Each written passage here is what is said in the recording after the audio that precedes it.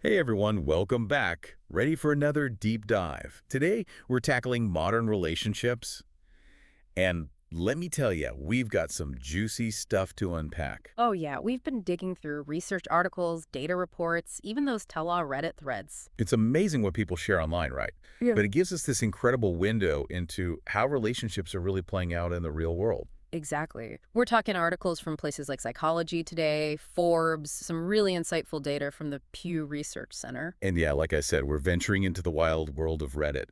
Those relationship subreddits can get pretty They intense. do. But hey, that raw honesty is valuable. It's like getting the unfiltered perspective alongside the clinical and the statistical, a 360-degree view.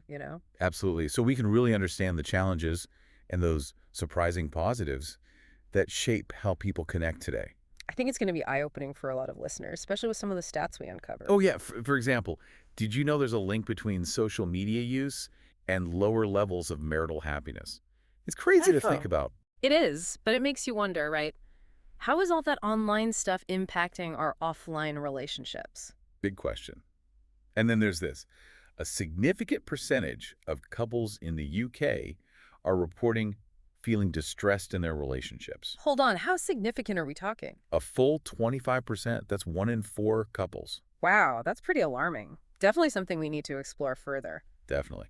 We're going to look into why that might be happening. And closer to home, we'll delve into what therapists are seeing in their practices, the most common issues couples are facing. Which, by the way, is interesting because we're also seeing this huge desire for strong, lasting relationships. Yeah, like that desire for connection hasn't gone away, has it? Nope, not at all. Studies are showing that a huge majority of married people, like 86%, actively want to improve their relationships. 86%. That's a lot of folks looking to level up their love lives.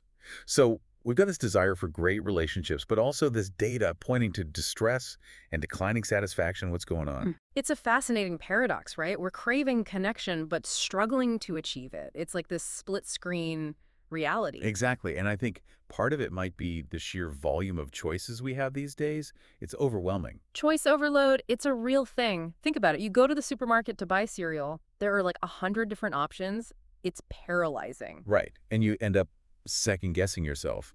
Like, did I choose the right one? Maybe that other box was You- better. I can totally see how that plays out in relationships too. Oh, absolutely. It's easy to get caught in that what if spiral. What if there's someone better out there? What if I'm missing out?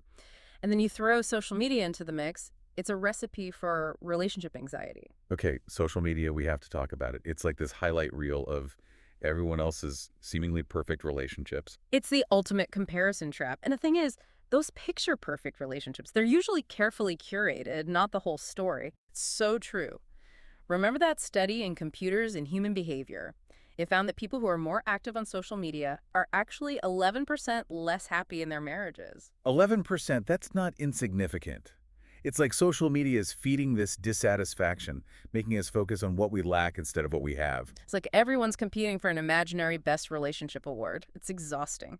It really is. And all that comparison and pressure to present a perfect image online, it can spill over into our offline relationships, creating unrealistic expectations. So we end up feeling inadequate, our partners feel inadequate, nobody wins. Exactly. It's like we're setting ourselves up for disappointment. Mm.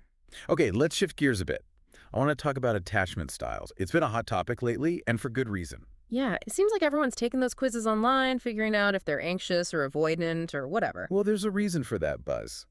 Attachment theory offers a powerful framework for understanding how we relate to others. It's all about those early experiences we had with our caregivers, how they shaped the way we connect as adults. Right. So, like, if someone had a parent who was emotionally distant, they might develop an anxious attachment style, always worrying about being abandoned or rejected. Exactly. And someone with a secure attachment style, they had consistent, loving caregivers, so they tend to feel more comfortable with intimacy, trusting their partner. That's like a blueprint for how we approach relationships. Fascinating stuff. It can be really helpful for understanding ourselves and our partners, but it's not about labeling people or putting them in boxes. Remember that. Totally. It's more about gaining insights into our tendencies, right? And we can't forget that culture plays a role too. Huge role. What might look like an anxious attachment style in one culture could be completely normal in another. Context is key, always. Okay, let's zoom out a bit. Let's talk about technology in general, its impact on how we connect, not just social media, but everything. It's been a game changer, no doubt. On one hand, technology's opened up so many possibilities, meeting people online, staying connected across distances. Think about online dating. It's given people access to this massive pool of potential partners. Right. But on the flip side, that ease of connection, it can sometimes lead to a disposable mentality when it comes to relationships. Yeah, like why bother working through a challenge when you can just swipe left and move on to the next profile? Yeah. Instant gratification, but at what cost? That's the question, isn't it?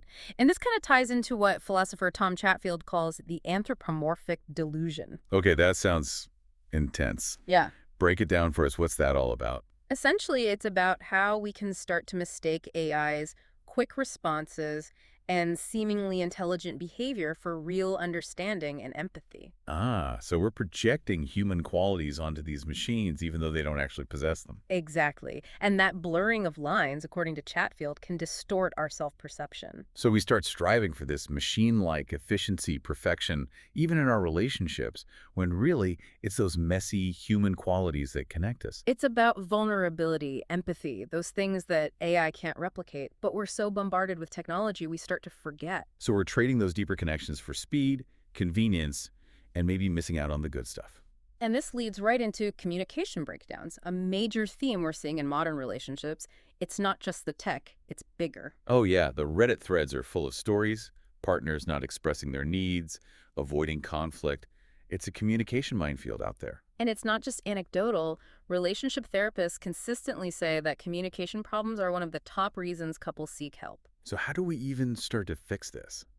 It's one thing to say communicate better, but how do we actually do it? It takes effort, practice, for sure, but a good starting point is active listening, really tuning into what our partner is saying without interrupting, judging. So trying to understand their perspective, even if we don't agree with it. Exactly. And learning to express our own thoughts and feelings clearly, respectfully, even when it's hard. Especially when it's hard, right? Because those are the conversations we tend to avoid. I hear that. Yeah. But avoiding those tough conversations, it just makes things worse in the long run. Bottling things up never ends well. So what's the alternative? How do we approach conflict in a healthy way? It's about learning to be assertive, but also kind, finding that balance. It's a skill. Sometimes we need help developing it. Like couples therapy. Exactly. Therapy isn't a failure, it's an investment in the relationship. Totally agree. It's about getting support to build a stronger, healthier connection. Okay, wow, we've covered a lot in this first part of our deep dive, from the paradox of modern marriage to the impact of technology and those communication struggles. It's a lot to process, for sure. But amidst all this, there's also hope. Healthy, fulfilling relationships are still possible. That's good to hear. So how do we make that happen? What are the keys to creating the kind of love we truly desire? That's what we'll explore further as we continue our deep dive. Stay tuned. You know, it's easy to get bogged down in all the challenges we've been talking about. It can feel kind of doom and gloom, like, is love even possible anymore? Right. The headlines can be pretty bleak, like love is on its last legs. But I think it's important to remember that there are couples out there who are making it work, thriving even. Absolutely. We can't forget those success stories. We can actually learn a lot from them, like what's their secret sauce. Exactly. So let's shift gears a bit and focus on what makes relationships successful. And we've got some really interesting insights from this report called It Takes Two by Relationships Scotland. Oh, this is a good one. What I find fascinating about this report is that it compares perspectives, what everyday people think makes a relationship strong versus what relationship therapists see in their practice. Ooh, that's a cool angle. Yeah. So what do they find?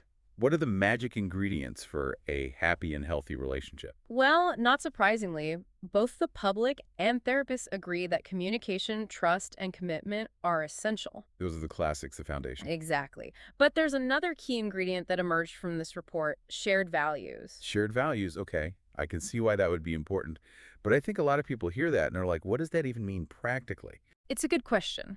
Basically, it's about having a fundamental alignment on the things that truly matter, both as individuals and as a couple. So it's not just about agreeing on what to have for dinner or which show to binge. It's deeper than that. Way deeper. It's about being on the same page about the big stuff. Life goals, core beliefs, priorities, how you view the world. Right, like do you want kids? How important is religion or spirituality? What are your political leanings? Exactly. It could even be things like how you manage finances or how you approach raising children if you do decide to have them. So when couples have those shared values, that foundation, it helps them weather those inevitable storms, the ups and downs that every relationship faces. It's like they're both rowing the boat in the same direction, so the journey is smoother. I love that analogy. And you know what's cool? We can actually see this playing out in those real-life stories from the Reddit forum. Oh, those Reddit threads. Always a treasure trove. Give us some examples. Okay, so one user talked about how they and their partner are both super passionate about animal welfare. So they started volunteering together at their local shelter, even adopted a rescue dog together. Oh, that's so sweet. It's amazing how shared values can lead to shared actions, creating this deeper sense of connection, bonding over something meaningful. Totally. And another user mentioned how they and their partner really prioritize family time. Hmm. So every Sunday, they have this big family dinner with both sets of parents and siblings. It's a tradition. It's so lovely how those shared values translate into these rituals and routines, creating a sense of togetherness and belonging, not just for the couple, but for their whole family. Exactly. And what's really inspiring is that it's not just about individual couples being happy. Research shows that strong relationships actually benefit society as a whole. That's huge. The It Takes Two report actually highlights this. They found that healthy relationships contribute to greater well being in general, reduce stress, happier children, and even more cohesive community. It's like a ripple effect. When individuals thrive in their relationships, everyone around them benefits. Right. It creates this more positive and supportive environment, which then spills over into all these other areas of life.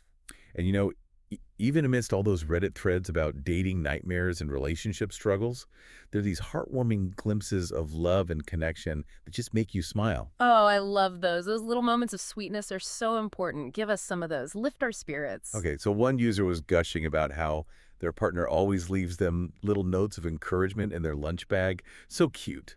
That's adorable. Such a simple gesture, but so thoughtful, right? It's those little things that make a big difference. Absolutely.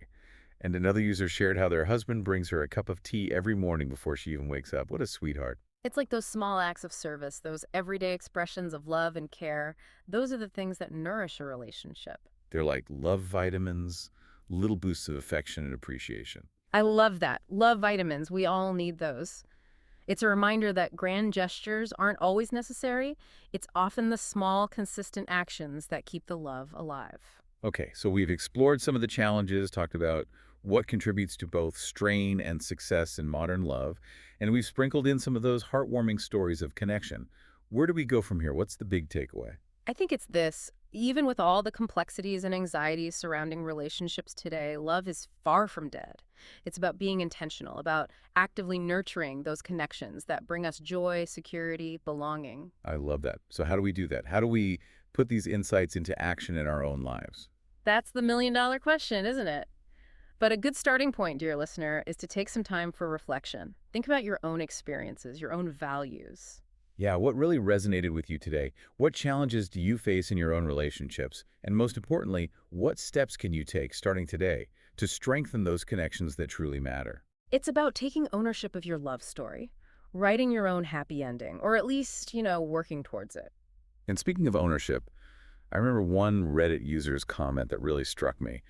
They were talking about how in a world of endless options, it's more crucial than ever to cherish what we have and to really nurture the relationships that truly matter. That's so powerful. It's easy to get caught up in the what ifs and the maybes. But real happiness often lies in appreciating and cultivating the love that's already present in our lives. Right. Shifting our focus from seeking something better to making the most of what we already have, that's a big one. And it actually leads us to another thought-provoking question that came up in those Reddit discussions. Ooh, a cliffhanger. Lay it on us. What's the question? In a world that's constantly telling us to strive for more, to always be seeking the next best thing, how do we learn to find contentment in what we already have? How do we cultivate a sense of gratitude for the love that's right in front of us? That's deep. And I think it's something we all struggle with, this constant striving for more, never feeling satisfied. It's a challenge, for sure, but it's a worthy one.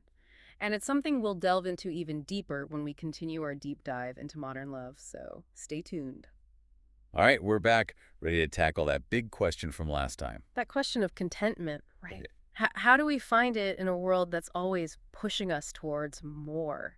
More stuff, more experiences, more everything. Especially when it comes to relationships, like how do we appreciate what we have when we're constantly bombarded with images of better relationships, better partners? It's tough, no doubt. We live in this culture of more, but I think the key to happiness, especially in love, is learning to savor what we already have. Easier said than done, right? Yeah. We get so caught up in the day-to-day, we forget to appreciate those little moments of connection. It happens to the best of us. We start taking our partners for granted, we lose sight of what makes them so special. So how do we break out of that autopilot mode?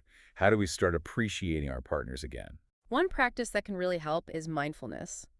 Being fully present in our relationships, noticing the little things, those everyday moments of love and connection. So like really paying attention to the way your partner makes you laugh, the way they listen, the way they make you feel loved and supported. Exactly. Mindfulness helps us shift our focus from what we're lacking to what we already have. It's about seeing our partners with fresh eyes, appreciating those seemingly ordinary moments that actually make up the fabric of a lasting bond. Weaving the fabric of a lasting bond, I like that. It's like we're actively creating something beautiful and intricate, thread by thread. And contentment isn't just about focusing on the positive, it's also about facing those inevitable challenges with courage and compassion. Because let's be real, no relationship is perfect, right? There will be disagreements, hurt feelings, moments of Oh, doubt. absolutely. Every couple goes through rough patches. And it's in those moments that our commitment is truly tested. Are we willing to work through the tough stuff? Are we willing to forgive, compromise, grow together? That's real love, isn't it? Yeah, it's not about finding someone who never makes us angry or upset. It's about finding someone who's willing to go on that journey with us through thick and thin. Couldn't have said it better myself. And that's where those communication skills we talked about earlier become so crucial. Knowing how to navigate those difficult conversations, how to bridge the gaps, find our way back to each other. And sometimes we need a little help with that, right? Like couples therapy can be a game changer for relationships. Absolutely. Therapy provides that safe, supportive space to work through challenges, break free from those destructive patterns, learn healthier ways of relating to each other. It's like having that neutral third party who can help you see things more clearly, guide you towards a stronger, more fulfilling connection. And even if a relationship doesn't last forever, the lessons we learn along the way can be so valuable. Heartbreak is tough, no doubt, but it can also be a catalyst for growth. Absolutely. It can teach us about our needs, our boundaries, what we truly value in a partner. It's like each relationship, whether it lasts a lifetime or a season, helps us refine our internal compass, guiding us towards more fulfilling connections in the future. Beautifully put. So, as we wrap up this deep dive into modern love, what are your final thoughts? Well, we've covered a lot of ground, the highs and lows, the joys and sorrows, the practical tips, and those big existential questions. And through it all, I hope our listeners have come away with this one key message. Love is a journey, not a destination. It's about embracing the process, being present in each moment, cherishing those connections that make life richer. And remember, you're not alone on this journey. We're all navigating this ever-evolving landscape of love and connection, learning, growing, stumbling, getting back up. And maybe, just maybe, the very act of exploring these questions, having these conversations, reflecting on our own experiences, maybe that brings us a little closer to that sense of contentment we're all seeking. Perhaps that's the beautiful paradox of modern love. The more we search for it, the more we realize it's already within us, waiting to be nurtured and expressed. What a beautiful thought. So as we sign off, we'll leave our listeners with this final nugget of wisdom. What if the secret to lasting love isn't about finding the perfect person, but about becoming the best version of ourselves? The kind of person who's open to giving and receiving love fully and authentically. Someone who embraces the journey with all its imperfections and celebrates the joy of connection in all its forms. That's something to ponder, for sure. So until next time, keep exploring, keep connecting, and keep believing in the power of love to transform lives.